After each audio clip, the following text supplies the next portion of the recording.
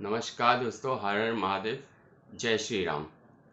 जून में मेरे साथ कुछ कॉम्प्लिकेशन शुरू हुई और हुआ ये कि मुझे मेरे पेट में पानी भरने लगा राइट साइड में। दवाइयाँ चली, इंजेक्शन्स चले, 1 महीने तक ये सब होता रहा। पेन तब भी नहीं गया। फिर 21 जुलाई के आसपास, अराउंड 21 जुलाई, अचानक से एक दिन सुबह जब मैं उठा तो पेन बहुत ज़्यादा था। तो मैं हॉस्पिटल गया इमरजेंसी में। वहाँ उन्होंने मुझे चेक किया तो बताया कि हाँ, कुछ लग तो रहा है। मेरे टेस्ट रिपोर्ट्स निकाले गए। उसके बाद ये हुआ ये कि डॉक्टर्स ने सजेस्ट किया कि मेरे साथ 2 प्रोसेस होंगे, लेकिन वो एडमिट तभी कर सकते हैं जब मेरी कोविड की रिपोर्ट नेगेटिव आए। तो इमरजेंसी में मैंने कोविड की रिपोर्ट निकाली और वो नेगेटिव आई।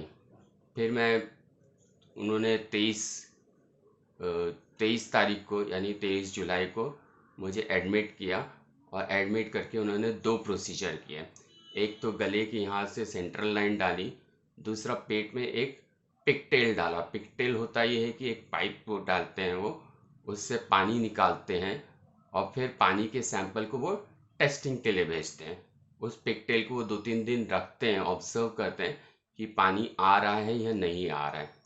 तो सैंपल रिपोर्ट इन्वेस्टिगेशंस के लिए गई और जो पानी निकला था, बाकी फिर 2 दिन जो पानी थोड़ा बहुत निकल रहा था, तो ये था कि पानी हाँ एक्यूमुलेट होते जा रहा है। ये इश्यू इसलिए आ रहा था क्योंकि मेरी किडनी और लीवर फंक्शन करना ऑलमोस्ट बहुत, मतलब बहुत ही बुरे हालात में है। लीवर फंक्शन नहीं कर रहा है, तो लीवर डायरेक्टली पेट में पानी एक्यूमुलेट कर रहा था। मुझे डिस्चार्ज किया गया। घर पे मेरे को इंजेक्शन्स लेने पड़े और साथ ही साथ 1 हफ्ते तक और पिकटेल रखा गया। फिर पिकटेल को फाइनली जाके मैंने निकलवाया। उन्होंने निकाल दिया, सेंट्रल लाइन भी निकाला और पिकटेल भी निकाला। इशू चलता रहा काफ़ी दिन, मतलब लगातार ही ये प्रॉब्लम रहती रही मेरे साथ कि पेट फूल भी जाता था और पेट में से पानी भी भर रहा था। पिछले हफ्ते थर्सडे को रात में मैं सोया तो बहुत बेहोशी में सोया। बहुत बेहोशी वाली नींद आई मुझे। इनफैक्ट फ्राइडे को सुबह जब घर वालों ने मुझे जगाया कि ब्रेकफास्ट कर लो, तो मैं हाँ हाँ बोल के फिर सो गया था। और जब जब उठा तो मैंने ब्रेकफास्ट भी किया।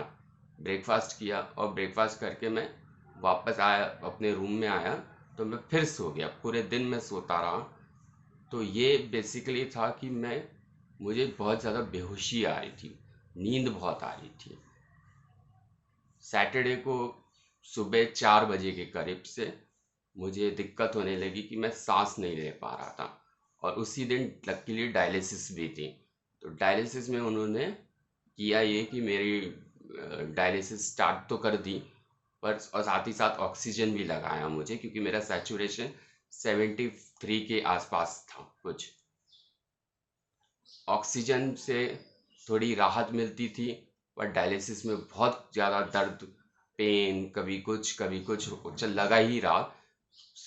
और ये भी था कि 4 घंटे की डायलिसिस की जगह 3.5 घंटे ही मैं डायलिसिस करा पाया। उन्होंने सजेस्ट किया कि मैं हॉस्पिटल में एडमिट हूँ।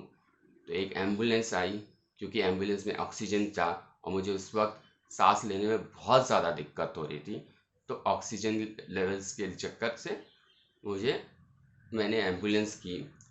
और एम्बुलेंस से 2 गवर्नमेंट हॉस्पिटल गया मैं, उसके अलावा 2 प्राइवेट हॉस्पिटल्स गया। कहीं भी मुझे बेड नहीं मिला। और रीज़न ये था कि कोविड की सिचुएशन ही ऐसी है। तो उनकी भी गलती नहीं है, उनके उनके सारे बेड्स को कोविड में यूज़ किया गया है। उनके पास बेड्स ही नहीं खाली हैं। इनफैक्ट एक हॉस्पिटल तो मैं ऐसे गया, मेरे सामने एक बॉडी, मेरे सामने एक पेशेंट, सॉरी बॉडी नहीं पेशेंट, लेटा हुआ था। उसकी हालत बहुत ज़्यादा ख़राब थी। तो वो मुझे एडमिट करने की जगह उन्हें उसे एडमिट करना उनकी प्रायोरिटी थी। मुझे कहा गया कि नहीं, गवर्नमेंट में भी कहा गया और प्राइवेट में भी कहा गया कि बेड्स अवेलेबल ही नहीं है।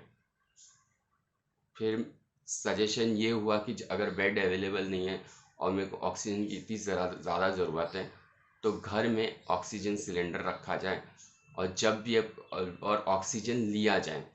24 घंटे लेने की ज़रूरत नहीं होती है ऑक्सीजन लेने की, कुछ घंटे में बॉडी रिलीव कर जाती है और सैचुरेशन वगैरह सब बढ़ जाता है ऑक्सीजन से। मैं घर आया, मैंने घर वाले ऑक्सीजन सिलेंडर का इंतज़ाम कर चुके थे जो आपने वीडियो के स्टार्टिंग में देखा था। अब सिचुएशन ये है कि मुझे सजेस्ट किया गया था लास्ट ईयर 2 ऑप्शन, क्योंकि लास्ट ईयर भी मुझे ऐसी ही चीज़ें हुई थी, लेकिन लास्ट ईयर में कोमा में चला गया था क्योंकि मेरे को हेपेटिक एंसेफेलोपैथी का अटैक आया था जिसमें टॉक्सिन्स जो ब्लड जब ब्रेन में जाता है तो टॉक्सिन्स ब्रेन को हिट कर जाते हैं और बंदा कोमा में चला जाता है।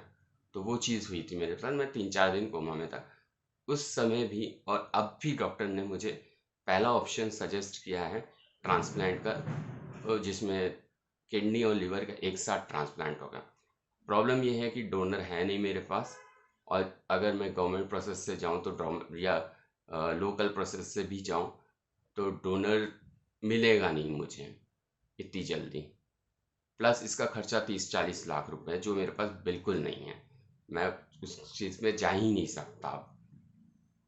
ट्रांसप्लांट के कॉम्प्लिकेशंस भी बहुत ज़्यादा हैं, सक्सेस होगा नहीं होगा कुछ नहीं कह सकते। दूसरा एक टेम्परेरी मेरे को बताया गया था पिछले साल, पार्टो करके, PARTO। तो उसमें बेसिकली वो एक स्टंट डालेंगे और गंदा खून जो होगा टॉक्सिन्स वाला उसको ब्रेन की जगह ब्रेन की जगह वो निकाल, वो अलग से ही अलग डायरेक्शन में जाएगा जहाँ वो फिर से प्योरीफाई होगा। तो ये पार्टो का मैंने जितना समझा है वही है। अब पार्टो के लिए मेरे को 2 लाख रुपए बोला गया है। तो मेरी समस्या इस वक्त ये है कि मेरे पास पैसा नहीं है। मैं फंड्स जितने थे थोड़े बहुत मेरे पास, मैं ऑलरेडी इतना मेरा मेडिकल्स का इतना खर्चा हो चुका है। जो अभी मैं एडमिट हुआ था 23 और 25 के बीच में, उसमें ही अकेले 1,20,000 के करीब मेरा खर्चा हो चुका है। दूसरा, अगर मैं पार्टो कराने जाता हूँ, पहले ही बता देता हूँ, पार्टो की गारंटी भी नहीं है कि वो मेरी इस प्रॉब्लम को रिजॉल्व करेगा या नहीं कर, तो उसमें 2 लाख का खर्चा है। तो अब मेरे पास है कि मैं अगर कुछ महीने या 1 साल जो भी है अपने आप को बचा सकूं तो उसके लिए पार्टो एक रिस्क लिया जा सकता है। मुझे आप सबसे मॉनेटरी हेल्प चाहिए। आप थोड़ा बहुत जो भी हो सकता है अपनी तरफ से कंट्रीब्यूट करिए, मुझे डोनेट करिए।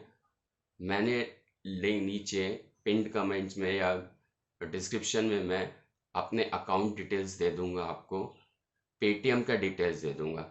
अगर आप साथ ही साथ मिलाप का भी एक लिंक है वो मैं आपको पेस्ट कर देता हूँ।